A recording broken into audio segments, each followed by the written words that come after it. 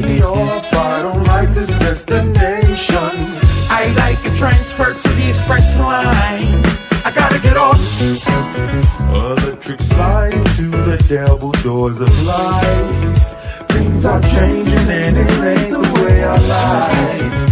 On the replay, wish I could get a replay. Don't mean to hold ya, but I wanna do over. Gas up the ship, shoot me a text and let me know when it is time. I wanna get off, I wanna get off. 1 star, would not recommend that we go far from here. I wanna get off, I wanna get off. A music podcast for the culture. Wild, wild thoughts.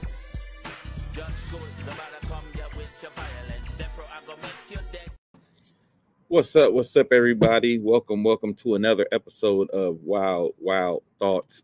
We got my man Mars Blackman. He came back, y'all. We thought he wasn't gonna come back to the show after his last exit, but I had to talk him down off the ledge, and he's here. He came back. I'm not even gonna rehash all that, but let's first talk about the vice president debate yesterday. Let's talk about it. Let's have an honest conversation. Now, I know for the most part, people say, the vice presidential debate doesn't really move the needle, but I think this one had a couple of implications. I don't think it was, because they were trying to say the historic president, vice president. I don't think it was historic or, no shit like that. But I think they both had things they needed to do in the debate. I feel like J.D. Vance had more he needed to do than Walz. I feel like he had much more work to do. And I honestly feel like they both came to do what they needed to do. And I don't feel like either one had like a knockout punch. Either one had like where you could say, oh, he wiped the floor with him, he won. I didn't feel like that. But before I even get to who we feel like won, let's just talk about how, did it feel weird to have a debate with that much civility? Yeah. You know what I mean? Like a return to normalcy felt weird. Am I tripping, or did it feel like you was waiting for some fireworks, some crazy stuff to go on and it didn't? And then you're like, oh yeah, this is what debates used to be like. This is what politics used to be like. Yeah. I almost feel like, the media set us up, because if you were listening to all the stuff in which they were saying, like, both parties had to do and had to stand their grounds. And then you had, their bosses and that interaction. I think, I really thought that, we got set up. And looking at who they are, especially looking at who Walz is not the type of person that's like gonna get up in your face and like rah rah rah rah rah. He's gonna, right. To use your word, he's gonna talk you down. JD Vance, oh my God, I don't even know where to start with him. I'll put you like this. I think they both did what they were supposed to do. JD Vance, did you hear that he basically said that he wasn't going to prep for it? He wasn't going to what? He wasn't prep. He didn't prep for it. I don't believe that. He said he was going to go in there and wing it. Yeah, I don't believe that, but I will say I heard that he was a really good debater. Like that's one of his biggest strengths has been he's a really good debater. But I for sure think he prepped for it because he had too many talking points. Like the talking points about blaming Kamala for every single thing that happened in the country in the last 20 years. Like his points were too poignant for him to have not prepped at all. He prepped. Just like Donald Trump claimed so Donald Trump said he wasn't prepping for his debate. I believe him. Mm-hmm. I believe he didn't prep, but I don't believe JD didn't prep. I don't believe that shit for a second. Let me walk that comment back. What's up, V-Ray? What's cracking, man? I think he knew his talking points, but I think he went in there to push the talking points. I don't think he went in there to advance or give any type of details of what to expect, because at the end of the day, Trump is like, I ain't got no plan. I'm Well, just doing what I yeah. want to do. Like I said, what I will say is I think you should base this debate on what they came to do, not who Mhm. won or lost. To me, like I think what JD came to do was I just need to not look crazy. I could Mhm. lie, I could push all the Trump talking points, but I just need to look a little normal. Mhm. And I think he did that. I think we can agree, right? That he, even though he was lying, even though he was getting the shit off, I think we can agree that he actually looked normal, Yeah. looked like a normal politician yesterday on that stage. Even Yes. agreeing with some of the things, like those two having times where they're like, I actually agree. Something Trump would never do just out of his own ego. He like, I don't give a fuck how right you are. I'm not agreeing. You know what I'm saying? Right. But I feel like they had a debate where you like, oh, this feels normal. And I feel like I feel like his whole aim was tonight, I need to not look crazy. Mhm. Tonight, I need to look a little more normal for the undecided voters and the swing voters. Right. And I think he did. I think he succeeded in that. And I think uh Walls needed to show, yes, we love the coach, we love the teacher, but Mhm. can you be diplomatic? Can Which you he, which be he was. can you be vice presidential? Right. And I Mhm. think that was his goal. And I also think he succeeded in that as well. So I Right. kind of feel like the debate came out even, kind of even. There were some times that I feel like in the very beginning, I feel like Walls was very nervous. Yeah, he was. Very nervous in the beginning because he was like fumbling words. He misspoke a little bit.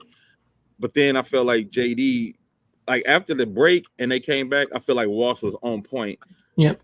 Like it was like a tell of two halves. Like the first half, I felt like JD was all over him.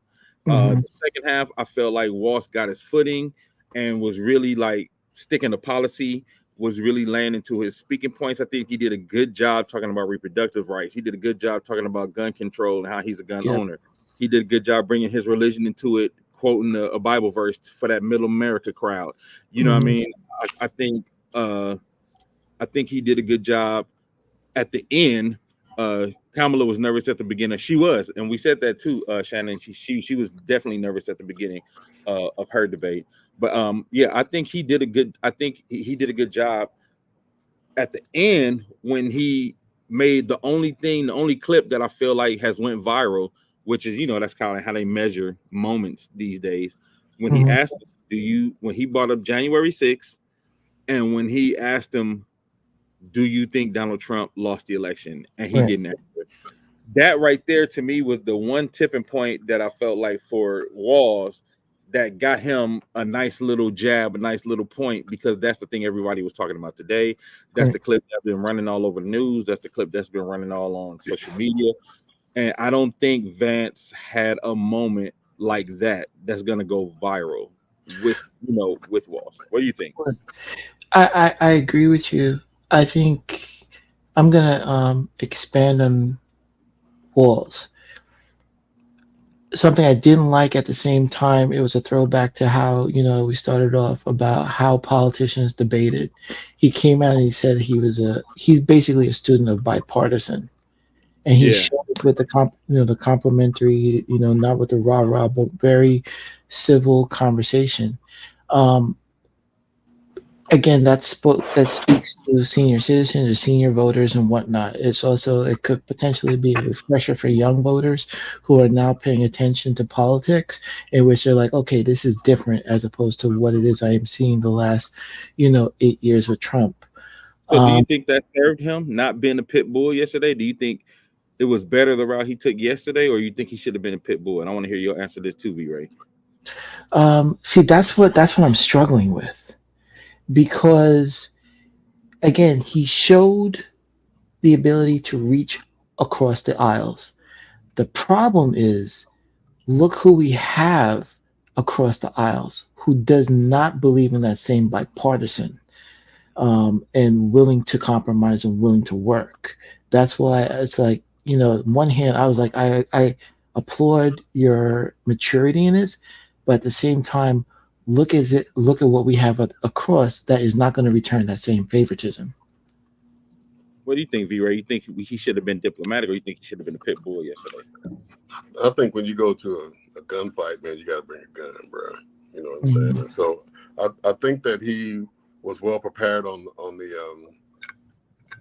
the diplomatic side as far as how to respond and how to navigate the conversation without saying you're an asshole. But when it was time to say you're an asshole, he didn't pull out. Like when old boy talked about on January 6th, Donald Trump had a peaceful transition, like the biggest glaringest lie in the world. Everybody at home was like, "Oh, I'm sure," but the old boy was like, "Whatever. Hey man, I think we can agree and all this." Like, at that point, you got to tear him a new ass when he exposes himself like that. I'm all with the diplomatic conversations and the cordial debates and stuff like that. And they did focus on the issues a lot more than most debates I've seen in the last 4 or 5 election cycles. 12 years. but when it was time, but old boy did dive off the board, and it's like, okay, I'll be a gentleman with you, but when you do something, you gotta let them have it. You know what I'm saying? And I think I agree with you there, V-Ray, and I think because I felt like there were missed moments that he could have fact checked them to come a little harder when he was telling straight lies, like when he said Trump saved Obamacare. Like anybody who knows anything, like, everybody knows that's a lot. Yeah, so I feel like there were moments he didn't, like you said, when he should have crashed out. There were a couple of crash out moments that or even if you just come at him a little harder to say that's some bullshit. I feel like exactly. That's all I needed. That's all that's required. You're lying. Everybody in the room knows you're lying, and then move on to whatever your next statement is. It's like you can't just let that stuff fly. And I know it's politics, and people expect that hyperbole and all that stuff like that, but that was just glaring, lies as if nobody has been awake the last, during Trump's term and beyond and before and all that. So he should have gutted him on those. Yeah, I think another high point for Walls is when they were talking about the border, and he started talking about the Langford bill, and he started talking about the Republicans really don't want to solve the problem. I think that was a good point, but I also think J.D. Vance, because he wasn't being fact checked, J.D. Vance got away with getting off the illegals in Springfield, Ohio. Like he got that off and explained, like he was like, even though they're legal, it's still illegal, basically. Like, you know what I'm saying? He was able to get that off. So I think that was a moment he was able to take under, you know what I'm saying? They was going to take that under his, right. A point for him, I would say. And like I said, I think the nation doesn't want a woman president and a soft male vice president. I'm with that, Shannon. And you know what? I feel like, and tell me if y'all agree. I think they kind of over prepared. I feel like they over prepare Walls. Yeah, I do agree with you that he was over prepared, which is why I think he may have had like those hiccup moments. But I'm circling back to something in which we've always said, Dame, is that we're focusing on the vice president and we're focusing on the president, but we also have to focus bigger, Congress, Senate, those other areas, right? Because in order for this to work, it has to be a perfect storm of everything, which is why, assuming, knocking on wood, that they do get in, they're going to need the House and the Senate. Yeah. Yeah. And I think, like I said, it's kind of even hard to talk about because it was so normal that it felt weird. Like it was such a normal debate that, like, he was like, you forget this is what, because we so used to Trump, even in the Republican debates, just like your wife is fat.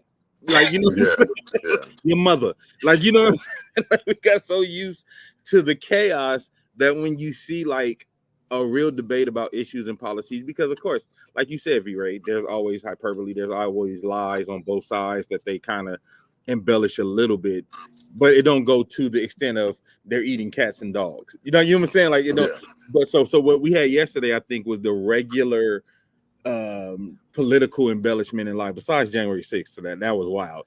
But outside of that, for the most part of the debate, it felt pretty normal. And like I said, I feel like, to me, outside looking in, trying to judge it subjectively, I think JD did a good job of looking normal, because I think that's all he had to do. Like, all he had to do was look normal for the night. But I think, to V-Ray's point, I think we wanted to see a little more Coach Walls. Right. A But little more to Absolutely. coach. but You know, I, I feel like we need a little more to coach, but I feel like they saddled because you could tell, and he was thinking so much. You could tell he was like, I gotta say this, I gotta say this, I gotta say these statistics. I got, you know what I mean? Like you could see the calculations in his face. So I feel like you didn't let him be coach who just kind of is off the top of his head and is gonna give you that Midwestern charm and all that. I feel like you wasn't able to get that because I do think he was. You know, he had the American flag lapel on the pen, the very conservative suit, like super, like he almost looked like a Republican in his suit. You know what I mean? So I felt like they almost like made him too, like almost they put him on Ritalin yesterday. Like they calmed him down too much to be too diplomatic, and they took away that boisterousness that you get from Coach in the rally and you get in the interviews. I feel like you didn't get that yesterday, which I'm not saying it's necessarily a bad thing, but I think you probably wanted, if you wanted to say, I want to see them win the debate, well, the energy would have been different if you got Coach, in my opinion. I almost feel that, I'm not justifying this, but I almost feel like the over preparedness was in the event that that is the only debate or that is the last For debate. sure. For You know? sure. And then Michael Bear, hold on, let me read this. Michael Bear said, Trump lost my vote with January 6th. I cannot get past that. We didn't do that when we all went out there for the Million Man March. But look how they acted. Made me want to stay back to the lynch mob. Very sad. He should Wait, be. he had Michael's vote before that? Good question. Did he have your vote before that, Michael? And you know, it's interesting. I'm glad that Michael said that, though, because I do feel like, because like I said earlier, the January 6th piece is the piece that he kind of got a good punch on. Like he got a really good punch on. A lot of swing voters and a lot of independents really care about that. And a lot of the people who are undecided, I think, because I've seen a few people in those, you know, they had to do those panels after to see who they feel like won, the swing voters. Oh, this is gonna be good. Swing, you know, the swing voters. The dude was saying, he said, I was on the fence, but I thought JD Vance would support the Constitution even if Trump didn't. Kind of like the same thing we say about Mike Pence, right? Like he won a lot of Republicans because they were like, well, we feel like it's an adult in the room if Mike Pence is the vice president. We at least feel like there's an adult in the room. And they said with his answer of we just looking towards the future. I'm not gonna say if he won or lost. I think with that answer, I think they lost a lot of moderates because moderates and super patriots, they not really with that January 6th shit. right. Yeah. Well, So I think that was a good, you know, like a good little. Michael Bear, here we go, V-Ray. It's not coming up. So he said, yes, I was living my best life. I actually got my stimulus when he was in office. No comment. Cool. I was just curious. Dean froze. While he's rebooting. there we go. Yeah. No, yeah, I was living my best life. I got my stimulus. So let's talk about this real quick, Mike. I understand the economy was booming, but one, that was an economy that he inherited from Barack Obama. Yep. And he actually, before the pandemic, he messed that economy up. Pre-pandemic, so he got worse after the pandemic. A lot of people like to say, "Oh, he had a good economy until the pandemic." He actually didn't. Pre-pandemic, his numbers were dropping, jobs were leaving. He lost a lot of manufacturing jobs, so on and so forth. And also, the stimulus check, Michael Bear. Let me explain this to you and my fellow brothers and sisters who feel this way. One, the stimulus check was not because of Donald Trump. Stimulus check was because of Congress, and you can go look this up if you want. He did not want to give. How much did they end up giving? $1,200. Yeah, he didn't want to give that. 600. So this is how the negotiations went, Michael. The Democrats, who people be hating on so much, and listen, I know there's reasons to be mad, or there's reasons that the Democrats do shit we don't like, but I'm just factually speaking in the moment about the stimulus checks. The Democrats wanted to give $2,000 to $2,500 to everybody. Trump wanted to give $600. So the middle ground was 12. So then the checks were supposed to actually get to you a week earlier, Mike. And Trump said, no, stop those checks, destroy them, start over because I want to put my name on it. And it worked because people like you feel like he did it because he put his name on it. So he branded it well, just to give you the scope of the information of what happened. And yes, he inherited. And I want you to go look at this for yourself, Michael. Because it's weird. I went to do research because I wanted to figure out why Republicans were known as the Republicans are really known as the ones for good economies, right?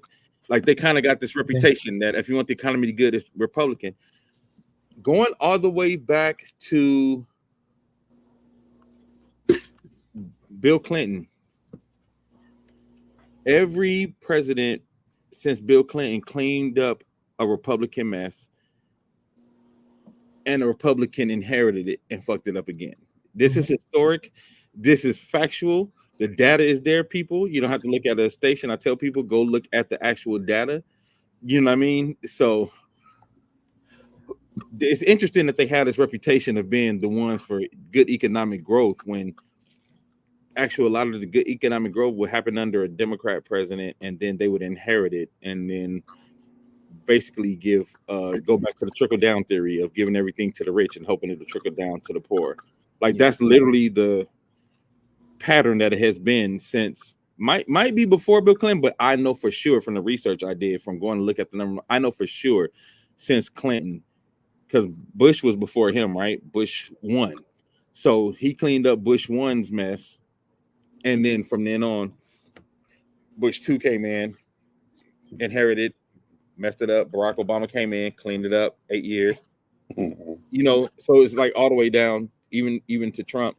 And so I don't know. I wonder why. I guess we need to go and figure out and do some more research to figure out why the Republicans have this very good reputation of being like the ones you want in an economic crisis.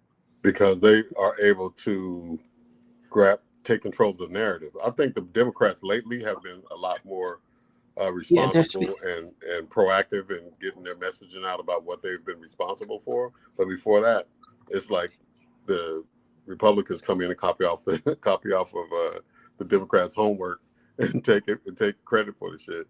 And the Democrats are all like, that wasn't not very nice, you know. Right. Yeah, it wasn't. But I think that's part of it because they stick together even when they lie, and they collaborate on the lie. They stay on code. They stay on code for sure. So there's no mystery. I mean, when you look at the numbers, like when Trump was in office and the national debt tripled, didn't it? Was it tripled? I know it. Yeah. Then the triple. So it's like how tripled. There's no fiscal responsibility in that, and yet they still touted that they were doing the right things for the country from a debt perspective. So, and the Democrats didn't contest them is really more so the important piece of that. Shannon said, "Why are people so caught up on that stimulus? It wasn't even." Listen, can I speak to that? Please do. All right. I think what we have to do is that, you know, in your household, it may not necessarily be enough, but the average income, when you look across like the Midwest or whatnot, is like $30,000. $35,000. So for those individuals that are getting a check for like $1,200 or whatnot, that's almost like a month's salary to them, you know. And I think that's the most important thing, is that we have to get outside of our state and look at it from a national, you know, perspective. And that's why, you know, again, when you look at those Midwest people were the ones that were like, yeah, okay, da da da da da. You know, and speaking to your point, Dame, Trump did good marketing, putting his name on it, gave this perception that, oh, he's giving us money out of his own pocket. Yeah, like V-Ray said, they have a really good hold on messaging, which we've been talking about for a very long time. But I think I will say, and tell me if you agree with this, V. I will say since Kamala started running for president, I think that's when the messaging change started, of them kind of taking back some of that narrative and them being a little more assertive about the things they've done, and them being a little more, you know, being better about how, you know, There you go. A throwback article about the stimulus that V-Ray posted. Check that out, Mike. If you get a chance, man. Like I said, because I feel like a lot of our people feel the way you do, and I'm glad you said that, and I'm glad you brought it up because I really wanted to speak to that. But I'm glad a lot of people, like I said, I think that January 6th is really gonna move some people in one direction or the other. And like I said, I think Walls did a decent job looking diplomatic, but I wish we would have had a little bit more pitbull from him, man. Yeah. On the campaign trail, he definitely has a better and a different vibe. Yeah, different kind of fire. Yeah. For sure. Another library has burned to the ground, ladies and gentlemen. We lost actor John Amos, the dad from Coming to America, McDowell's. You know,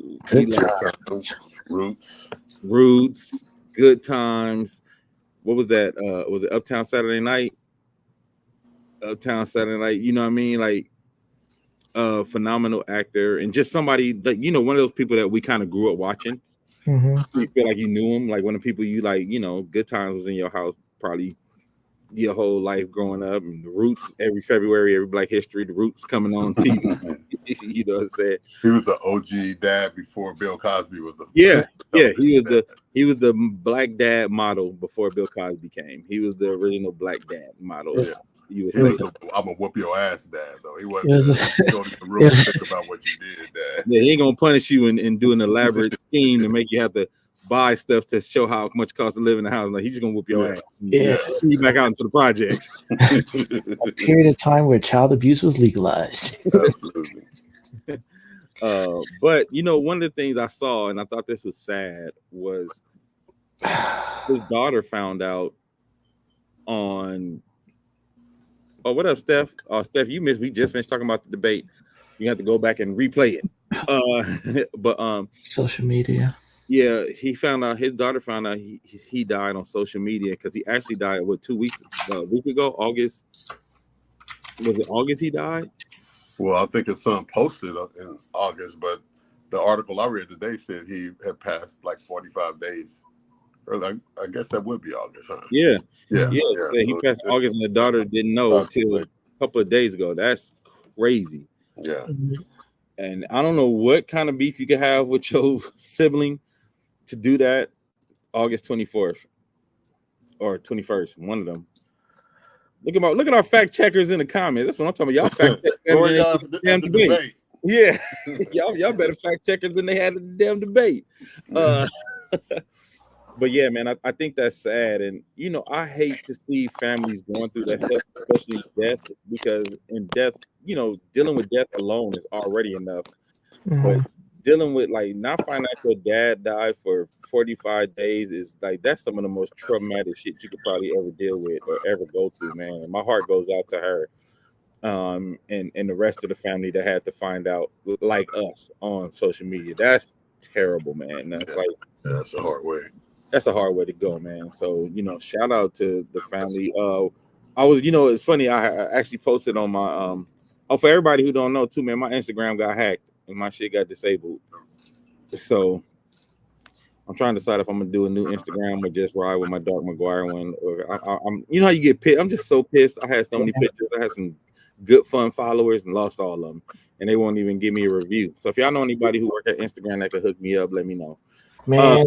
All I would say, Canada got you. I don't know what's going on in Canada and the West Coast.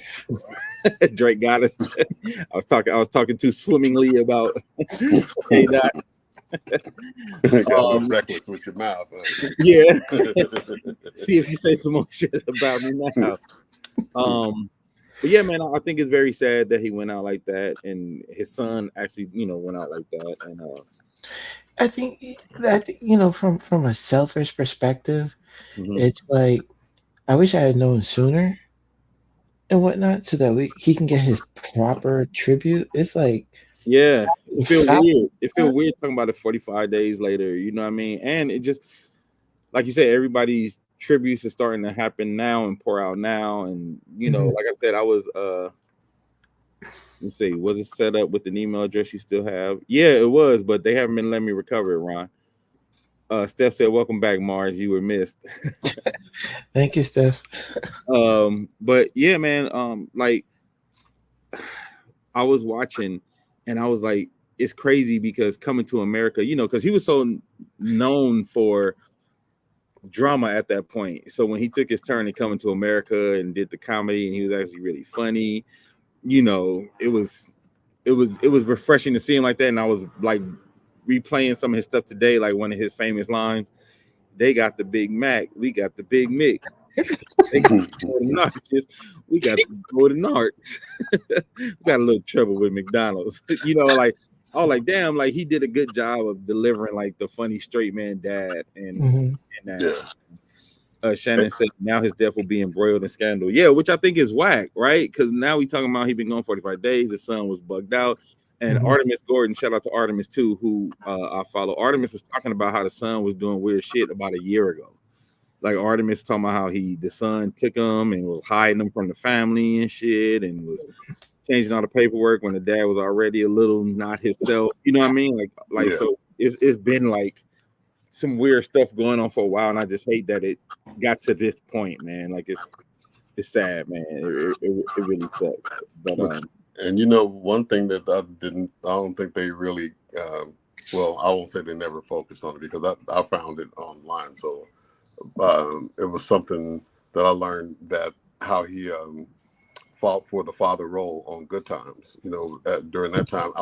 I guess my point is that he was an actor with integrity. It's the last of a dying breed of actors that will take certain roles because of how they reflect on the culture and so forth. And at the time that they were making Good Times, they didn't want to have a father in the family. They wanted it to be Esther Roll was the head of the household and stuff like that. And he fought for his role. Or they all fought. I think Esther Roll caped for him for his role. And made sure that the father was in the house. And a lot of the scenarios that they tried to propose on the show, he declined to do them, or he pushed back, on the writing on the show, how they were depicting the black family and stuff like that. And that's why they actually eventually wrote him out of the show, because he was trying to fight for more realistic situations within the he was trying to stop the buffoonery, because I think the more it was kind of like a Gary Coleman situation, Mars, where the more popular JJ got, the more stuff they tried to get JJ, and then JJ just got a little more silly and sillier. They just want to say dynamite all the time, and like the meat of the show, which made the show good, was the whole family dynamic. Kind of how like it got to a point on Different Strokes, you really just wanted to hear him say, "What you talking about, Willis?" Right. You know what I mean? Like those 80 catchphrases that we don't really have no more on TV shows. Like, remember, it's funny you think about it now. Like all the old TV shows had a catchphrase that they had to say every episode. You know, but he did fight for that role, and he did fight for the integrity, and I think that was big too, because I think maybe and hopefully that inspired other actors. You know, because I was watching an interview today with TC Carson from Living Single, and he talking about how he was that at Living Single. Everybody would come to him like, "Hey man, the writer's trying to have me do this and say that." So he was the one who fought for that, and they did the same thing to him. And the 4th season, I think they got rid of him and had him go to London. You know what I mean? But because he was the one fighting for the integrity of the show, and like, this is not how black people talk. This is not how we act. This is not a scenario that we, you know. Because he was the one who fought for him, they got rid of him too. But it's kind of like in the same vein. I think people like John Amos, you know, was like the impetus for a lot of black actors in having that fight in them to be like, we just not gonna be doing just anything. Oh, gotcha. I got a question for both of you and everyone. What would you say is the golden era for black television? Ooh, 70s, 80s, or 90s? You should say that again. 70s, 80s, or 90s? For black television, it has to be like the Cosby era. But then you also have Good Times, Jeffersons. Huh? You had the Good Times, Jeffersons. There was some cool stuff then, but so I will say, and I don't know if it's just because this is like, to me, the end of the 80s spilling into the 90s. This is the pocket I would choose, only because this is when I think we got the most diverse amount of blackness on TV. So the era when you had Cosby Show, Different World, Martin, Living Single, New York Undercover, the Wayans Brothers, Parenthood, and Live in Color. and that era to me, I would say is the golden era of television. So it'd probably be like 89 to like 99, because you had all those different because don't get me wrong, like you said, Sanford and Son is all that was good, but I feel like we kind of was viewed through one lens through all that. Yeah. Except that even the one who's supposed to have been the polished one was calling people honkies. You know what I'm saying? Like so through, and I guess you could say that's the Norman Lear lens, you know, where we got the Jeffersons and Good Times and even Archie Bunker, you know, in that era, like that era we were looked at kind of through one lens. But I feel like when you get to see us as cops on New York Undercover, you get to see us on the radio as Martin, you get to see us as a doctor, you get to see us in college, you get exactly. You know what I'm saying? You get to see us run a diner with our pops on the Wayans brothers. You know what I mean? Parenthood. You get to see 2-parent household with middle class. Like, I think you got to see us in a whole lot of different scopes. Living Single. You get to see us as young, black, entrepreneurs. Yeah, you know what I mean? Like, so I think you got to see us. And there's other shows that I forgot that probably weren't as big as those, but that were around at that time as well. I feel like because we were Family Matters. Yeah, Family Matters was in that area. That's what I mean. Sister.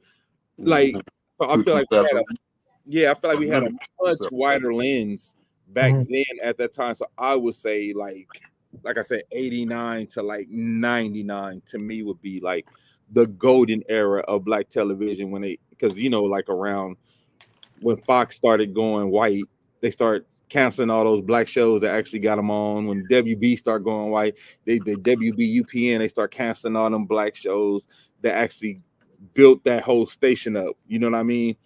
Exactly, Shannon, in the WB UPN era. You know, so to me, I would say that's the golden era of black television. Only because I don't know if you'll see that again. The amount of black sitcoms we had headed by black people, and all the different professions you got to see us in. Like, you know, for example, they said like A Different World had like showed like a 300% increase in kids wanting to go to HBCUs, and then black kids want to go to college, period. Was literally because of a TV show that came on after the Cosby Show.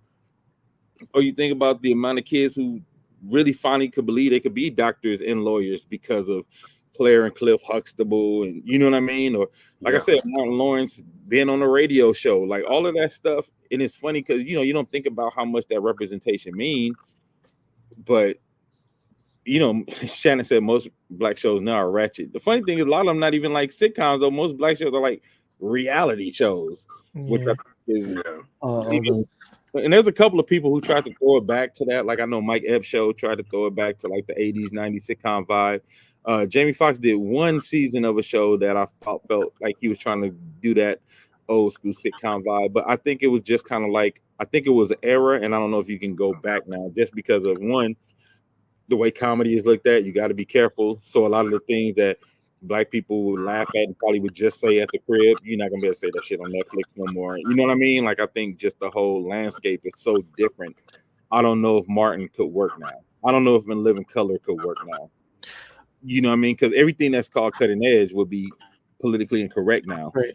Well, there's another cutting edge that you keep seeing getting canceled, and that's blacks and the lead hero roles, like what's the show that Jordan Peele had on HBO, the #1 show, I think. Lovecraft Country. Lovecraft Country. I love that show too. And it was gone because it touched on so much social commentary in the undercurrent that I knew when I saw them do the Tulsa Massacre show, it's like they ain't gonna be back. Like when we went on tour with Black Eyed Peas, they're like, "We'll see y'all in January. We going to Africa." I'm like, "Nah, we'll never see Africa." This was their Africa tour. But what was the other one with old girl from Regina King? Yeah, the Watchmen. The Watchmen. Yep, same thing. Yeah, because they touched on that same thing, and it was a great show and had great ratings. And it had the highest. It was the highest rated show on HBO when it was out. And Lovecraft Country was too. And so the fact that those shows got canceled nonetheless just tells me that the storytelling in Black Hands is gonna always be handcuffed a little bit. So that type of cutting edge you don't see. The comedy you won't see. Like you said, there's so much political correctness now that you won't see that. So it's like almost like, even though Miss Pat don't give a shit, Miss Pat be going there on her show. Yeah, that's true. But I don't know. I mean, somebody got their hand on their hand right by that socket. So if it goes off the rails a little bit, that shit gonna be unplugged. Hey Ron, that's another good one. American Gods. As soon as the black characters went viral more than the other characters, they cut that shit and fired all of them. Yeah. So it's just a shame. And I mean, I'm glad to see that there's more streaming platforms now and there's more opportunities for Black content. But you know, if you don't own it, then this is what happens. The storyline is there's still a struggle to keep the storylines shaped the way they always have been, especially when you do something that points to American history in some light other than what the school books say. So I don't know. Yeah, our heroes are controlled in one way or the other. They used to shoot them. Now they just take them off of television. Yeah. No, that's real. No, that's real talk. Like you said, we had some shows that were really good, substantive, and made us look different in a different light, right? Than the regular reality show stuff or the regular just a comedic sitcom. Like you had some stuff that had some real dramatic weight, like you said, like with The Watchmen, Lovecraft Country with great cast, great acting. I think Lovecraft Country may be one of the greatest Black sci-fi things ever put on film. Like the way it looked, the way they shot it, the way the storyline was. Like I was like, yo, this is amazing. They're like, yeah, that's enough of you niggas. Like right. And Snowfall was on like 43 seasons. As long as you're killing and calling and saying the N-word on television and shit like that, dang. We'll let you go. Yeah. I love Snowfall. Yeah, that was a great question, man. They don't want us to show range. They want us cussing each other out, exactly, and being on some petty shit. Yeah, and that fit that stereotypical thing. Yeah. The one Black reality show we had that was beneficial to everyone was Teen Summit, and they got rid of that shit for real, quick, fast, and then I heard. Yeah. I used to love Teen Summit too. Money Talks. Yeah, that was a good movie. Yeah. But yeah, that was a great question, man. Pete Rose. Hall of Famer. Well, no, not Hall of Famer. Constantly embattled. Should be Hall of Famer player. Pete Rose died before he got in the Hall, and I feel bad because I feel like he should have got off. I'm fucking pissed off. With some gambling shit. Like, first of all, y'all self-righteous bastards know he ain't the only one that was gambling, especially in the cocaine 80s, bro. We talk about the cocaine 80s. Man, they did him dirty. Marge Scott.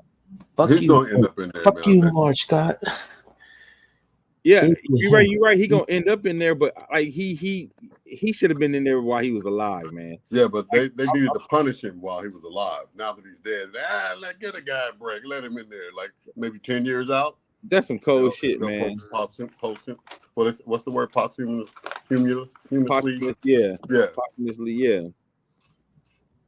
Yeah, I just you know, when I found out he died, I'm like, damn, he didn't get in before he died. Like, that sucks, man. And again, it's these self-righteous reporters, because how they tried to do, was it Terrell Owens, when they wasn't gonna let him in, and he should have been in, and then he didn't go to the thing, and they like, we gonna punish you because you didn't come to our Hall of Fame. So, you know, it's just like, who do y'all think y'all are? Like, these dudes did the numbers, they did the thing they were supposed to do. Like, come on, man. I mean, what's even more fucked up, it's not like he was betting against his team to lose. He literally went in there with he's like, I'm so cold, we gonna win. I'm betting on us to win. If anything, I believe in my teammates. Yeah, like, we so cold, I'm finna bet on us to win. So it ain't like he bet to lose and was tanking the game. He was betting to win and was balling out. Balling out. More players should have been betting if that's the formula. Right. Everybody got to bet at least 5,000 this season. And gambling is legalized now. Yeah, ain't it crazy? Let me see. The MLB knew about the clear and other substances, the Sammy Sosa, the McGuire, Roger Clemens era, but like because you saw how much money they were making off of that shit? Exactly. They made so much money off the home run derby steroids era. Yeah. Barry Bonds came back head the size of a football helmet. Jesus Christ. I ain't on steroids. Crack, crack, crack, crack. 300 homers in one season. This has never been done. I ain't on steroids. And You've been 125 pounds your whole career. And the crazy thing about it was like he was a Hall of Famer before the steroids. The only reason why he jumped on that shit because he was jealous of the attention that Sosa and McGuire were getting. Yeah, like if you look at his career pre-steroid, he already had a Hall of Fame career. But once he start cracking 65 homers out into the pond, like knocking him into the water, I was like, bro. Like. So let me ask you this question: how do you think they're going to rectify the travesty and the BS that they put Pete and his family through? You think? But like V-Ray said, they're gonna put him in the hall now. No, that's a yes. How do you punish them? How do you punish that though? That's to bear that cross, man. That's what it was. Yeah. Mm-hmm. Do you allow them to forgive? Do you allow them the Reds to put a statue in front of it? I would. Would you allow the Reds to put a statue of him, either the Reds or the Phillies? I would. I think he deserved it. Mm-hmm. You know, again, like I said, my problem is like V-Ray said, them making him bear that cross his whole life till he died. Now they're gonna praise him, and now they're gonna talk about how great of a player he was. You know, player he was. Except for Rockets held on the corner they want in. Like, yeah, that's the one thing I hate about Major League Baseball is like the amount of scandalous motherfuckers that are in the Hall of Fame, and it's like he didn't do anything which led to murder or whatnot or addiction or what. Yeah, okay, gambling is an addiction, but that was stuff that he was doing for his own benefit. Well, I think the other thing is just I think they wanted to make an example out of him. No, they definitely like even unto death. Like even unto death, they wanted to make an example out of him. If you first of his kind. You want to was even more fucked up is that every so often they gave him that glimmer of hope. Yeah, all would be forgiven, and then took it away. And like, nope, you're still not getting it. That's the thing that was real fucked up about MLB. Yeah, no, it's cold, man. It was cold how Pete Rose did. Because like I said, this happened what 84. 85, and we here in 2020. Like, y'all couldn't let that man in the hall in like 2005. You know what I'm saying? Like, enough is enough. You know what I'm saying? But like V-Ray said, no, they gonna make you bear that cross till you die because we gonna make example. You see what happened to Pete Rose? You know what I mean? It's like they drug him out in the middle of the yard and beat his ass. Like, y'all see what happened to Pete? Y'all gamble because like they don't care about substance abuse and all that, but you messing with their money. That they can't have that. You know what I mean? Speaking of messing with people's money, unified front like parents punishing their kids and shit. They got, even though there's people on both sides that some wanted to see them get it and some didn't. And Major League said no, they have to stick to the shit that they already talked about how terrible he was. Yep. Their motto is if you ain't cheating, if you ain't trying, if you ain't cheating, look at the scandals, modified bats, spitballs, steroids, unwritten codes, and you hit me, we hit your start. Yeah, like there's hollow bats. Like baseball is riddled with so much to act like he has committed the worst of all sins. Like I said, I think it's sad, man. I think it's sad how they did Pete, especially like y'all ain't kick 80% of the league was on cocaine. So you want to talk about substance? Half the '80s Hall of Famers wouldn't be in the hall. You know what I'm saying? Darryl Strawberry Lee was smoking crack in the parking lot before he came in to play. You know what I'm saying? So yeah, I think it's funny. I mean, baseball always feel like they're a little too self-righteous for their own good anyway. The one thing I will say about Pete Rose, in his early days, there was always that tension about it, question about whether or not he was racist or whatnot. I will say that when everybody turned his back and he saw the acceptance that he was getting from black people, black players, that motherfucker woke up. I'm sure he did. That motherfucker woke up quick. I'm sure he did. But like I said, man, like, because who was the lady that the big scandal, Marge Scott? Marge Scott. Yeah. That was like the big. I forgot about that. The big racism scandal of the 80s. Yeah, she was the reason why I stopped rooting for the Reds. Yeah, I didn't realize. Like, I'm a young kid and whatnot. I didn't know what racism was. All of a sudden, I'm like, wait, what the fuck? yeah. 4 or 5. I was like, oh shit. Yeah, but yeah, man. Like I said, man, I think it sucks. But speaking of messing, playing with people money, we have a lot of the port workers and dock workers are on strike right now. Mostly on the East Coast, because the dock workers from the West Coast are on a different union and they on a different contract. But they said like all the East Coast docks and some of the Texas and the Southern docks are going to be closed. And they said if they don't get a deal really soon, ta-da, more inflation, ladies and gentlemen, because there's going to be a supply chain issue again. Yeah. Now, I have a question for y'all. What do you think? How do you think this will affect the current election if they don't get this shit squared up quickly? Let's talk about that first. And the second thing is, one of the biggest reasons they're striking, and I think this is smart, they're trying to stop them from using all these automated shit that's taking their jobs. Yeah, that is definitely one of the issues.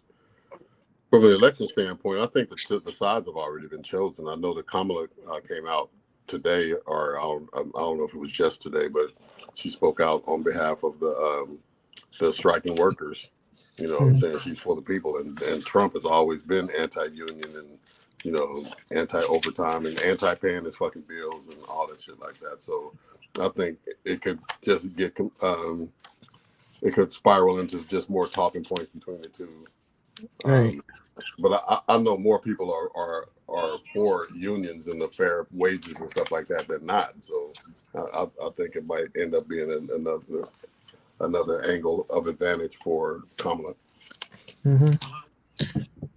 What do you think, Rob? No, I agree. Like, especially like, working at the MTA and seeing the impact of unions and whatnot. Like, I can understand why, quote unquote, someone like him would not necessarily want unions. But the reality of the situation is, unions keep people employed. You get rid, and imagine he gets his way and he breaks up unions. People getting fired left and right.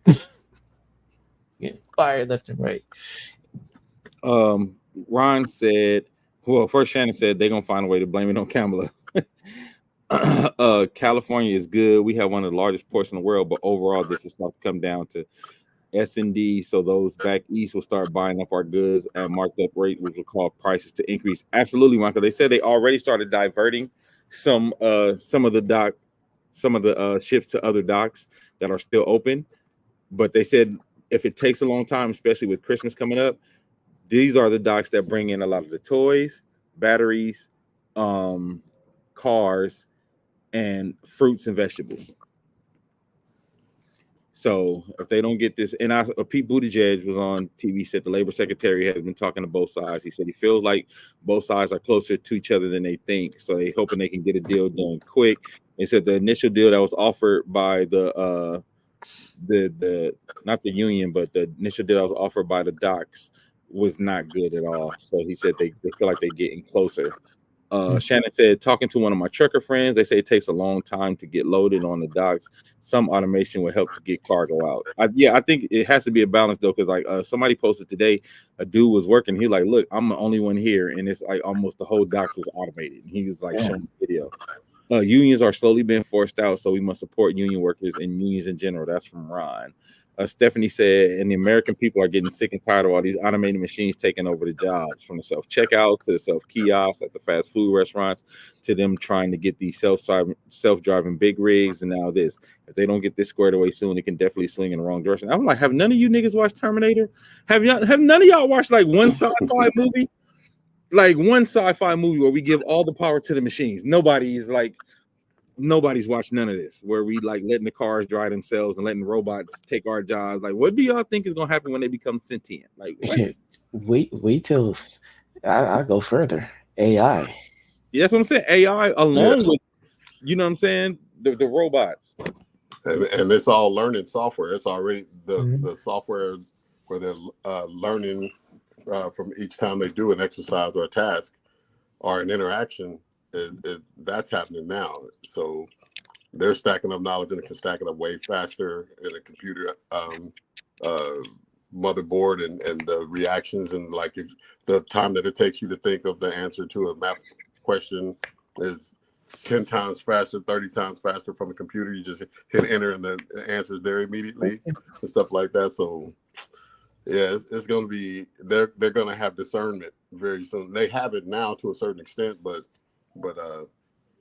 10 years from now, it's going to be crazy. 20 years from now, who knows where the hell. Well, yeah, what's interesting is almost all the strikes that we are seeing, from the docs all the way to film and television, the actors, the actresses, and the workers, a lot of it has been about automation, AI, and how much and how far they're going to let it go in regards to what they're going to be able to do creatively. The only thing about AI, though, that initially was created with great intentions and people are using it for other purposes. Like, I can't do anything without AI, but it's not for the reasons that they are trying to use it for. Ron said exactly, we must be forward thinkers, either learn to repair these machines or develop them and control them. Next, we need to move to skilled labor jobs who are aging out, electricians, plumbers, HVAC workers, but don't just sit there and think all jobs will remain. Create people. Very, very astute comment, Ron. Mm-hmm. And again, like you said, like the funny thing is, like, all these automated, you go to the grocery store, this is how dumb it is to me, but like you said, V-Ray, the more they get it better, but almost all the automated machines at the grocery store, it needs a person there because they malfunction so much. It needs a person there to reset it. It needs a person there to say, oh, you did scan this apple, because if you don't scan the apple, it won't let you pay. Like, you know what I mean? Like, it's so many issues with it, but like you said, a lot of this shit is learning on the fly. A lot of these machines and AIs are teaching themselves, right? Right. And the minute that human that's there to fix the problems of the self checkout machines is not going to be a human anymore. You know what I'm saying? Yeah. That may be a robot at some point. Yeah, man. Yeah, I work in IT, so I'm seeing it trickle in places. And I will say this too, that they're conditioning a generation for AI to be normal, to disregard the human person that we know of in certain transactions and shit like that. Now, that's why all this AI shit, you can upload stuff and get tasks done for free, and free writing ideas, and upload your idea for a movie scene and you can download the free shit and all that stuff like that. That's not for us at our ages. It's for the kids that are coming up, that'll be all they know. Like, you know what I mean? It's always been AI. Whatever we are using now will be that old school shit back when my grandfather Dane was young and shit, you know what I'm saying? And that kind of shit. So it's the conditioning is already happening where we think it's all cool and, oh, you can drive for free and all that shit like that. Well, even like they put AI on shit that, like, when you even go to your text messages, they got an AI person in your text shit. They got an AI in WhatsApp. They got an AI, like, you know what I'm saying? They got AI creations in almost every single thing that you do on your phone now. I'm like, that's crazy. I didn't ask for no AI assistance on my text message app, you know? And Microsoft Office has Copilot the application, and now where you can just tell it you can give it a summary of an email that you want to write, and it'll write your emails and shit for you. Look at my calendar and send out some invitations for my available times for next week for different meetings and shit like that. And it goes and looks at your Outlook calendar. You taking a shit, and Copilot is doing all your shit for you and shit. It's like you don't even have to think anymore. You don't have to be educated, damn near, as long as you know what to ask for. As long as you don't have to prompt any skill level at all. Music, art, movies and filmmaking and all this stuff like that. Even business administration anymore is less human and more just ask the right question. Ron said administrative jobs are at the highest risk. AI can do this, so if you can do this now, prepare for now and don't wait. And he said, that's what Copilot is. That's exactly that. Right, and manage. Before I know Mars got to go in a little bit, but before you go, I got a question for y'all. I was thinking about this, V-Ray, of course, because of our wild ass text messages threads. But what do y'all think would happen if there was like a real HR in the music and entertainment business? Oh, Jesus Christ.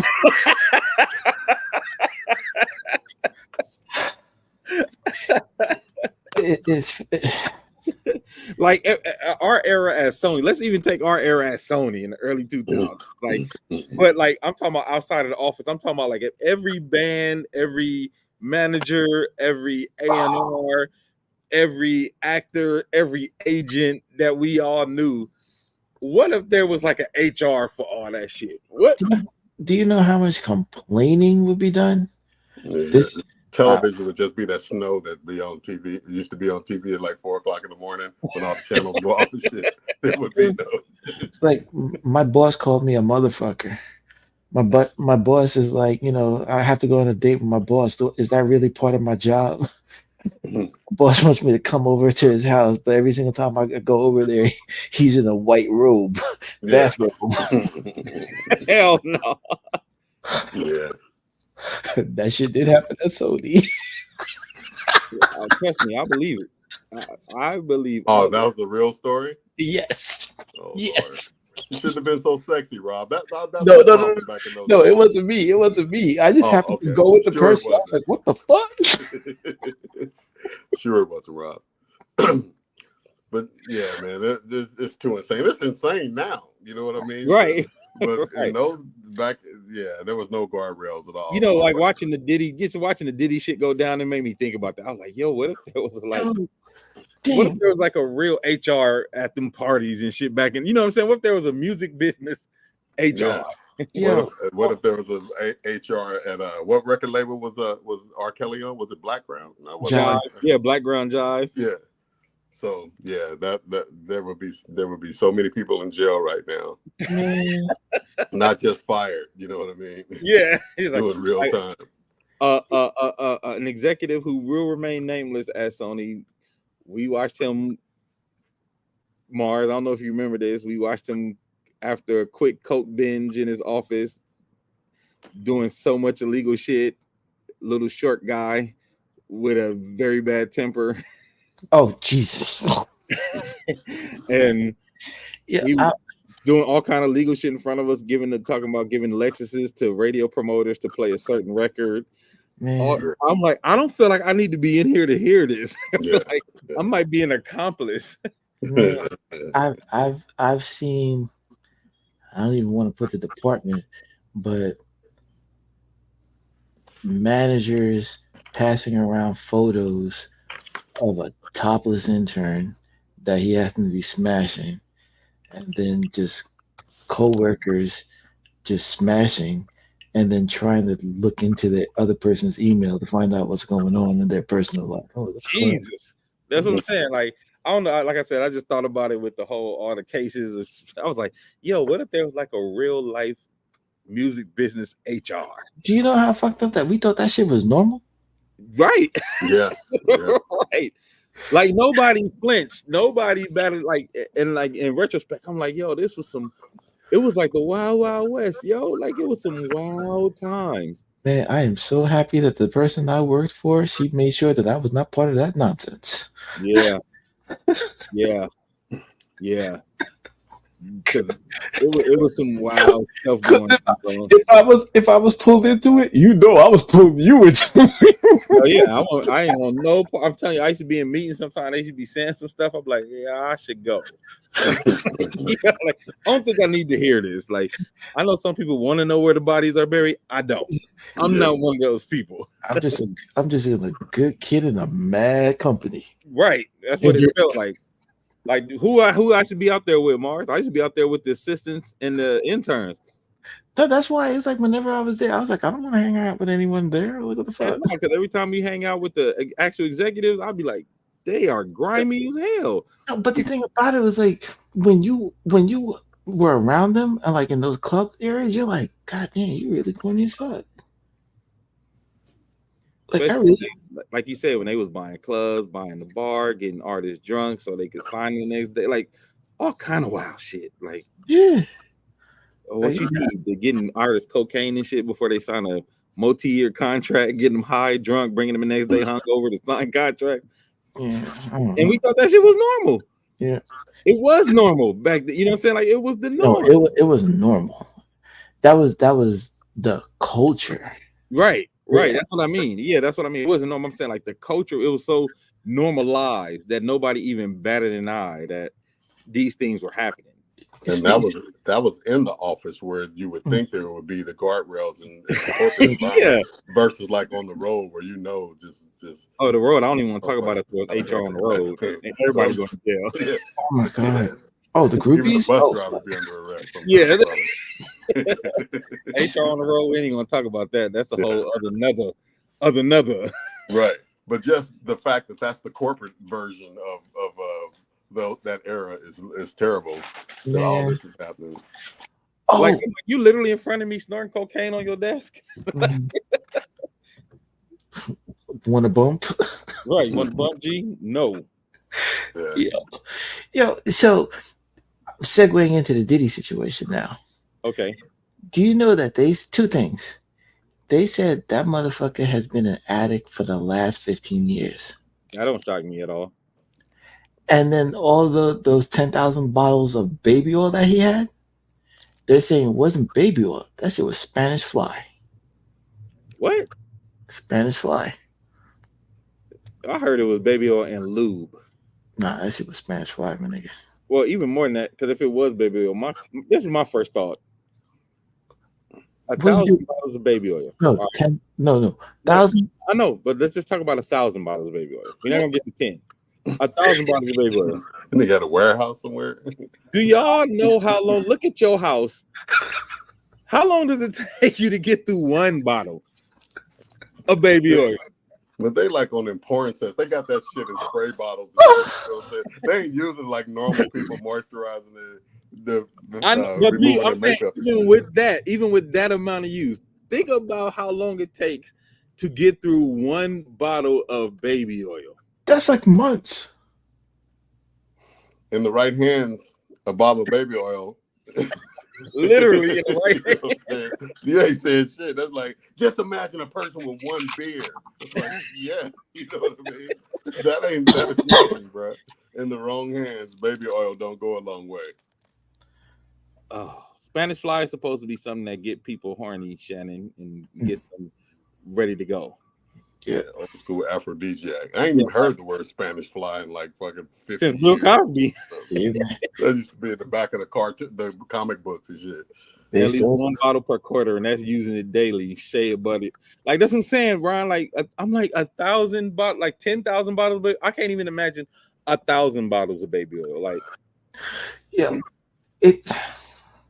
where do you store 1,000 of them? No, he had a room. No, he had rooms. But then this is what this whole situation is. We're at the tip of the iceberg. Yeah. Because the videos that are coming out now, where you can tell he's clearly drunk, and he's telling the people at his house, like, yeah, your kid's gonna have to leave in an hour because you know the jump off is starting in an hour. Well, at least he told him. At least he got the kids out of there. Yeah. I don't know, man. Like you said, the more that comes out, the wilder it's gonna get. Because I'm like, if this is what they starting with, they're starting with 10,000 bottles of baby oil and Spanish fly. If this is what they're starting with, bro, what do you think is coming down the pipeline? Game. And this fool videotaped everything, though. That's the really thing. Wild part. One of the FBI agents said they couldn't even get through like the first 10 minutes of a video. If you got videos upon videos and you can't get through 10 minutes, man. Yo. Yeah. Oh boy. So sorry for that, Officer Willie. He said, "What officer had to count him? Who had to put all that shit in the evidence? Out of his hands and shit. Booty lube, bottle number 36, on in the evidence. He got to write it all in the evidence. Yeah, ruining your shirt and shit. This shit ain't gonna never come out. God damn it. That's a fucked up situation. That's crazy, man. Like I said, I know the Diddy shit is gonna get wilder and wilder. I think it's gonna get to a point where you like, if you wrote about this, like if you wrote it like a movie, it wouldn't be real. You know what I'm saying? Yeah. It couldn't be R-rated for sure. The 50 Cent documentary on Netflix, that shit is going to be crazy. 50 Cent is the biggest troll ever, dog. Something wrong with that dude, man. Yeah. That shit's gonna be crazy. Speaking of documentaries, I heard there's supposed to be a documentary talking about Chris Brown and his abuse. Now, my question is, Really? yeah, my question is, if that's something that was, if they going back to rehash from years ago, do y'all think that's fair game to do it again, or do you think at some point you gotta let that man live? What are your thoughts on that? Damn. You see, the problem is that is public knowledge. Yeah, It's always gonna be somebody trying to make money. but Mars, there's also a lot that's not public knowledge. Right. See, and that's where you're walking that fine line of, you know, what people saw, and then you could potentially then mistakenly jump into rumors. Because once you get people, you know, you throw that little catfish nugget and whatnot, and they're like, oh, yeah, I remember that. You can literally film on the other side or prolong it, and then people be like, for real? Yeah. Yeah, and the thing of, like, I just that's a tough one, man. That's a really tough one. You know, because it's like on the one hand, it's like, you know, I understand he could have potentially have learned from his mistakes and grown in, and now he's a little bit more private in the things in which he do. Except that, you know, that song that he went off on Quavo, that was kind of fucked up. Shannon said Chris Brown continued to still have problematic behavior issues. True, but Shannon, I will say this, and what I've seen is a lot of those problematic issues ended up being false, though, too. Mixed in with some real shit, but a lot of it was, you know, women coming out trying to get bread, women coming out lying in and getting caught in they lie. Like I think they said the lady today, her lawyer just dropped her today because she was trying to say Chris Brown raped her, and they said her story wasn't adding up. And so it's also because I think because of his initial issue, his reputation and all that. his reputation, he became a target. Yeah, he's a target. Yeah. Yeah, like he became a target to get bread. Like, oh, they'll believe it if I say Chris Brown did it. Mm-hmm. I agree, because everything he supposedly did was magnified and under a microscope, but the whole story of her involvement was never shared. She was just shown as a victim. Okay, so Stephanie knows what's up. So, and look at how many cases are gonna come up against Diddy, and I'm sure there's a great amount of them that are true, but there's gonna be some piggyback niggas that's gonna try to, like, you know, get in under the radar and say they were involved or they were Yeah, because I think I read somewhere today where they said put like 100 new cases, 120 new cases today. Yeah, so he's not getting out. No, And they're gonna have, What I will say, I'm finna say what I will say though, the video could help him though, V-Ray, if it shows that it was consensual. The video could help him. And two, all I've heard, because Quincy, to quote Quincy, he said right now, honestly, with all of the stuff that he's read in the actual case, he said right now it's just like he a freaky ass nigga, 69 guy, like more than. I mean, what that's obvious. That goes without saying, you know what I'm saying? But I don't know. Yeah, you can't just take shit at face value until the actual cases are heard and they start just filtering out the bullshit from the real shit and all these underage. I heard somebody brought a case to that lawyer that announced 120 cases that somebody was 9 years old and another motherfucker was 14 and shit. You know what I'm saying? Some of that shit just don't sound. It don't sound like it's based in truth. It just sounds like it's either something to make the shit even more horrific than it already, you know, sound more horrific than it already is, or somebody's trying to ease in there and get paid and shit. The money's right out for you. I might fuck around and say Diddy did some shit to me. That right. Shannon said, did Rihanna present herself as a victim? I haven't heard her comment on it. I don't think she did. She doesn't speak on it. Yeah, she don't speak on it, Shannon. I think that was the way it was presented to us. I think that's what Stephanie's talking about. She said, did y'all see what Superhead said about it? I have not, Steph. I have to go check that out and see what she said. The Puffy situation? Yeah, said Cat tried to warn us. You got to tell Diddy nigga Puffy gave. She said that nigga Puffy gave her to some other nigga. I did hear that. Yes. No, they said she was with. They don't know who she was with, and they said Puff drove up and they were like, oh, you look sad, and they're like, we're gonna give her to you tonight. Oh, is that what it was? Yeah, something like I did hear that. Wait, Ron, let me ask you this question. if Diddy is willing to make a pass on Mike Tyson, the heavyweight champion of the world, he tried to be touchy feeling. No, Makes you think that's you just, say I no saw to that shit, man. Here's what I saw, Mars.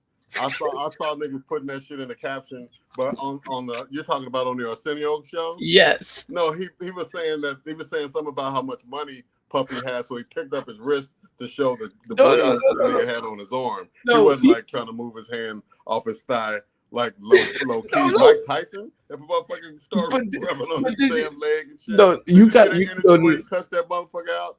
Telling him you fuck have you to and all that no, shit like you that. gotta watch it. You gotta watch it again and look at Diddy's reaction. That motherfucker was like, "I'm just trying to be your friend, bad boy. I mean, playboy." See, you're predisposed to that situation, bro. Look at it because he said something about how much money Diddy has or something like that, and he picks up his arm and Diddy got some bling on and shit. Because I was like, Wait, I don't know how Mike Tyson didn't just punch this motherfucker. Mike Tyson don't give a I'm gonna fuck send it to that he's you. on television. I'm gonna You send think it. that nigga wouldn't sock the shit out of motherfucking Puffy for doing something, questioning or bringing it to play his manhood on fucking television? Dave, I'm gonna send it to you, and you Mike be the Tyson, judge. Huh? I'm gonna yeah, send it Mike to you. Tyson, he ain't going for that. That's what I'm saying. This nigga got anger issues from way long time ago with He almost women. killed. Nigga let almost alone killed a Cisco dude. just for being around because he didn't like the thong song. Like Stephanie So I'm said just she was saying. with Ja Rule and Irv Gotti, and Puffy told them to send her to his house, and she went. She said that it was a life-changing moment for her, and she doesn't regret anything. She went willingly. That's what I'm saying. Like I feel like a lot of these situations could be that, but what's gonna fuck Diddy up in this whole thing is the way he's viewed now since that Cassie video. Yeah. That along with the allegations, it's gonna be tough for him to get out of it. Yeah. Ron said Mike be doped up too. Nah, he ain't that motherfucking doped up. Now, Puffy. I don't think that'll ever be his reaction and shit. You wrong for that, Puffy. Oh no, it wasn't the Arsenio Hall. I'm about to send it to you. It wasn't Arsenio? No, it wasn't Arsenio. Really? Okay. All right. It was with the Wayne brothers. Oh yeah, it was I did see that. Dan, I'm gonna have to jump, but I'm gonna give you two shows that you guys should jump into. Okay. HBO's The Industry is on season 3. I watched the first season. Doing too, man. I gotta catch up. I gotta catch up. I like that show. That show is heavy. It's super dope. And Apple TV, Slow Horse. Slow Horse? Yes. Oh, okay. Is that the one that what's my man? The actor with the accent who Gary Oldman. Gary Oldman? Is that the one Gary Oldman is on? Yeah. Okay, I love Gary Oldman.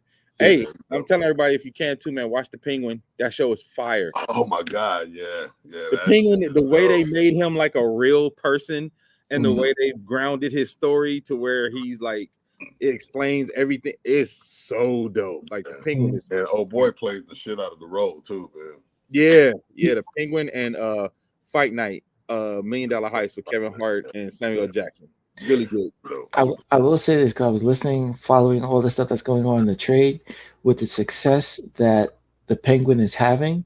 James Gunn is trying to get Reeves' Batman universe part of his quote unquote DCU universe. The other thing is, what do you think about Dwayne "The Rock" Johnson potentially being cast to play Apocalypse for the I think that's dope. I think that's actually dope. Him playing Apocalypse. He better be humble. He fucked his last. Yeah. You better come there. Be quiet. Wait, before you get out, Marco, we all gonna get out of here early tonight. This last thing I want to talk about: Boosie and his daughter. Oh, I didn't see that. So you got to put me up on game. Yeah. What was that? So Boosie has a daughter who's gay, and for some reason he's always like bringing her up in interviews and shit. And she said she's been trying to be quiet, but in this last interview he brought her up. He said he don't allow her to bring her girlfriend over because he got younger daughters, and he don't want his younger daughters to get contaminated. This is the words he used. He don't want his daughters to get contaminated by her gayness, by her bringing her girlfriend over. He said, my mama don't believe in it, like my daddy didn't believe, my granddaddy didn't believe in it. But then the daughter was in the car and she's like super hurt because she's like, that's my daddy and I love him and I try not, even when people be trying to shit on him for the wild shit he be saying about me. She's like, I'll be trying to defend him, but it's getting hard to defend. And it just hurts that he would say, I think the word contaminate is probably the worst shit that he could have, you know what I'm saying? Like to say her to contaminate, like that's really bad. And look, man, first of all, because he said I don't believe in it. Like, it's not about you believing in it. Gay is here, gay is real, gay is like it's not an imaginary thing. Like, people are gay, bro. Like, and you know what I'm saying? Like, but to do that to your daughter constantly and repeatedly traumatize her when she's been trying to, like, because I think she's been trying to give him grace. Like, she's been trying to be like, I know it's hard for him to accept because how he is and blah, blah, blah. Like, I think at some point though, man, this dude gotta get in counseling with his daughter or something, because or you know what I'm saying, you gonna lose her. But that's what happened. Boosie got to understand he ain't his grandfather or dad. It's a different time. Boosie fuck around and lose her completely. Exactly. He said niggas acting like gay is a flat earth topic of global warming. I'll go for it. I think he already lost her, truthfully speaking. Yeah, because it's like, if this is something that's constant and it's going on, knowing what it is that we've witnessed with him and his outspokenness, where he doesn't think about what he's saying and whatnot, and I'm assuming that she has been educated based upon the financial rewards that he has. If she's growing up, she thinks differently, etc. What it is that she's doing. If she's constantly being harassed and she has to deal with this shit in her day-to-day life, and she's trying to just go through A and B and whatnot, she may just be like, I'm gonna do my own thing and then separate. That I'll respect you as my father, but I will not allow you to take part in my life. I think he could potentially lose her, or already has lost her. Shannon said he has a right to govern what happens in his house. However, he doesn't have to speak publicly on it. Just love her. Exactly. He doesn't have to accept it. And like I said, there's ways to do that. Again, like you said, if you don't want to accept it, that's fine. But to continuously drag her out in public and do and say the things that, because like how hurtful is to say like I don't want my daughter contaminating my other kids. Like, and I'm just talking about the traumatic side. Wait, how old is she? I think she's like 24. She said he is an excellent provider, but a horrible parent. There it is.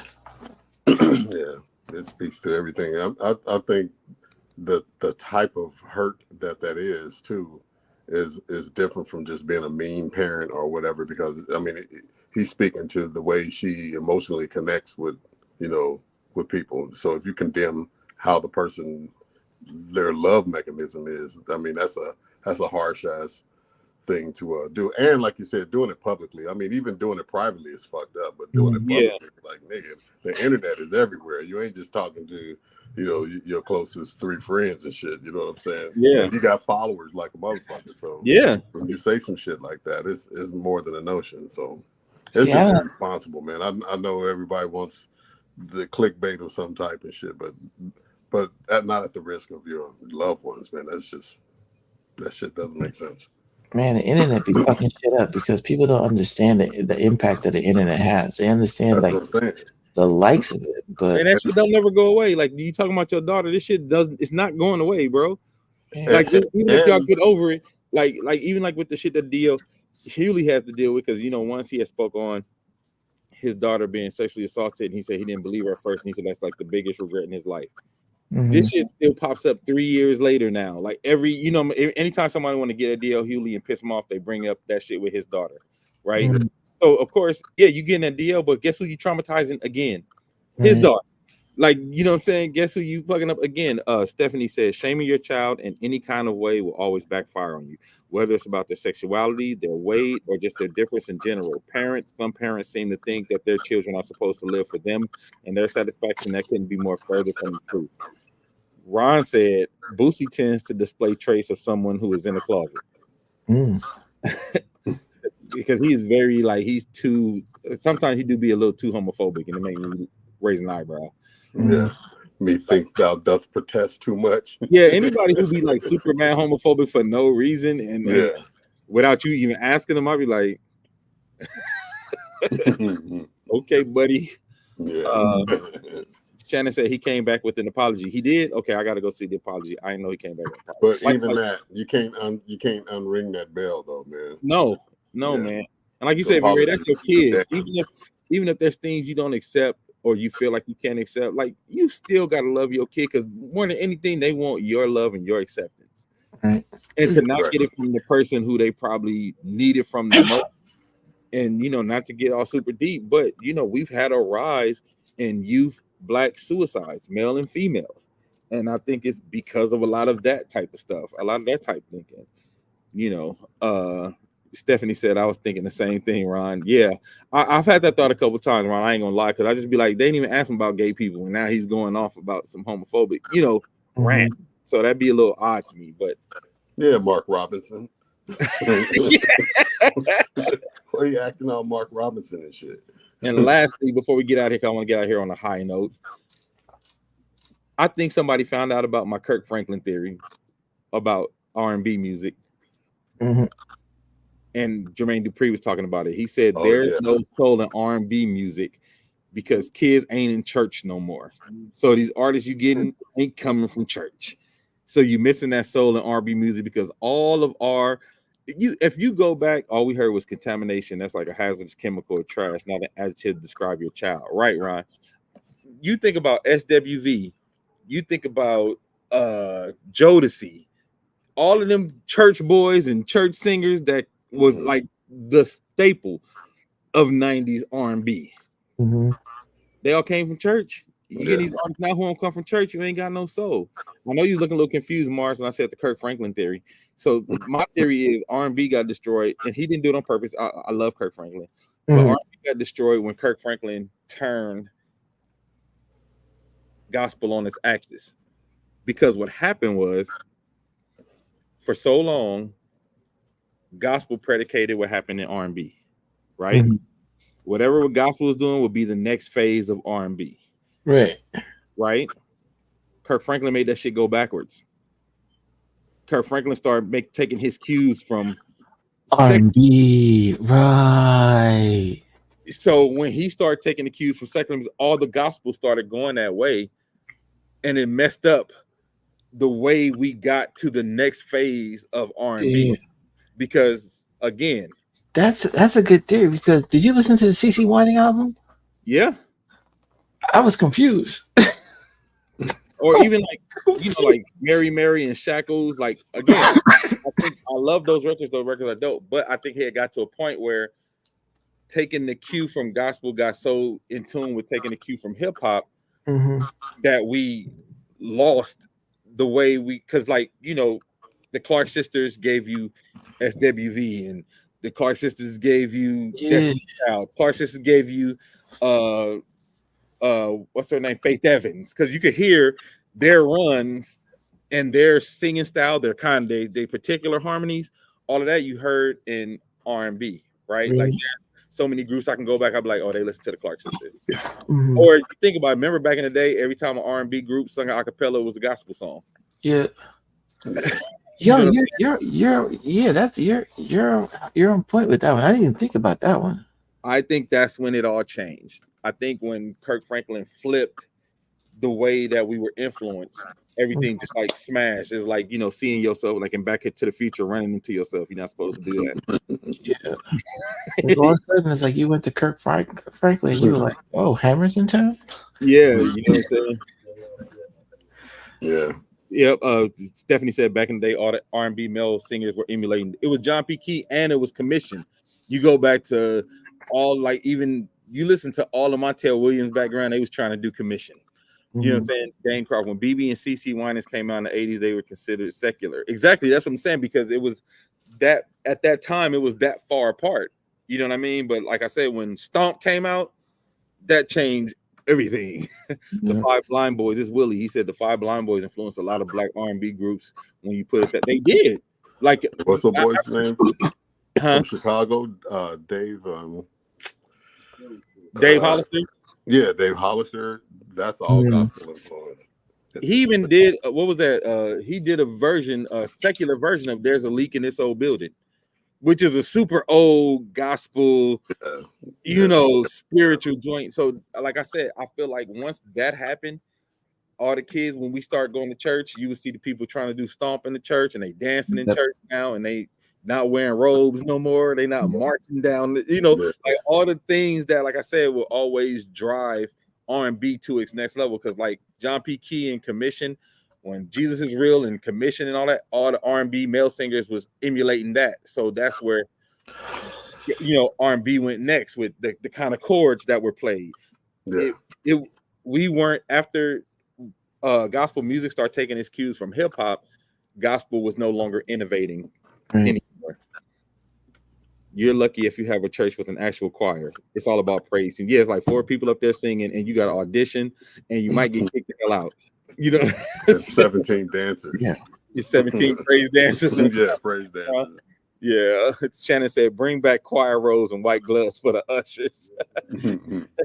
But that's my theory. That's my Kirk Franklin theory of why R&B music started to suck. We want to thank everybody, man. This was a great show. Everybody in the comments, man, we love y'all. I really, really appreciate y'all. I appreciate the way y'all help us keep the show going. And I appreciate Shannon and Steph be on my ass. Like, y'all going on? What time y'all going on? What y'all talking about? Shannon and Steph helping me with the subject matter. I really do appreciate that. Thank you. And yeah, man, we gonna Shannon said she wants to do a special show, a special election show, which we'll do, when it get close to election time. Oh man, it's gonna gather all the data. That one. Yeah, we'll gather up all the data, pull out our charts and shit, and look like we know what we're talking about. We're gonna broadcast from one of the polling stations. That'll be I'm gonna wear a button-down shirt that day.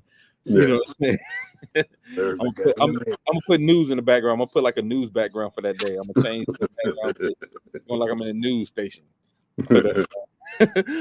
Sports code on the shit. Yeah, for the election show. So we definitely gonna do that, guys. But yeah, man, Wild Thoughts. We here just to talk about what's going on in the culture, what's going on in the world right now. Keep everybody up on it, and we appreciate y'all tapping in with us, because y'all don't have to. And all the people who be watching who don't comment, I appreciate y'all too. Like I said, I run into so many people who I watched the whole thing last night. I'm like, damn, I didn't even know. Like, y'all didn't pop up. So shout out to all y'all. And Mars, it's good to have you back. Mars is back from his hiatus. I will say this, that we, the city of New York, are also taking applications for anyone that wants to be a Knicks fan. Oh, you going back to you a hoe, man? Because y'all got Carl all the time. You such a hoe, Mars. I knew you was gonna do that too. I knew you was gonna do that. Next time I want to talk about the guy that got executed. Stephanie, go back and watch our show last week. We actually talked about that last week. We talked about that on last week's show. I said, as soon as I saw that trade, I meant to text your ass. As soon as I saw that trade, I said, Mars is gonna go back to the Knicks. I'm still rolling Philly. Philly, I got Paul George. No, I'm still rolling Philly. It's gonna be a dog fight. Shannon said, Mars, don't get run off again. Cat on Club Shay Shay is interesting. I want to see that. And just real quick too, man, if y'all get a chance, watch Coach Prime, Ocho Cinco, and Shay on the nightcap when Coach Prime was talking about Shay getting caught on his live. That shit is hilarious. About that, yeah. He said it's like you blew a carburetor. It's but funny. I've been seeing a bunch of commercials now with old boy talking about whatever that enhancing. That's why that shit was all a stunt. Man. No, that's why I think it was staged. That's why I think it was staged. Yeah, how you go on live twice and shit, and then say, I mean, I was on that road or whatever. What is it called that he's some pills. Yeah. And I mean, he's constantly on there now and shit. Because I fell for the ad because I saw his picture. I'm like, oh, what's this? And this nigga talking about erectile dysfunction and shit. Yeah, he's selling them gas pills. Pills. All I will say is that whatever was going on, and all the names of Michelle, how could we didn't hear nothing clapping? Okay, good night. You stupid. All right, Puffy. All right. No Diddy. He even had no baby oil. Where with the baby oil if it's real. So All I right, y'all, man. We gonna get out of here. We'd like to thank y'all again. We'll see y'all next week. Let us know. We know a whole bunch of shit is gonna happen between here and next week. So Of course. good night, Mark. Mark's getting all the love tonight. All right, y'all. I see y'all next time. This has been Wild Wild Thoughts.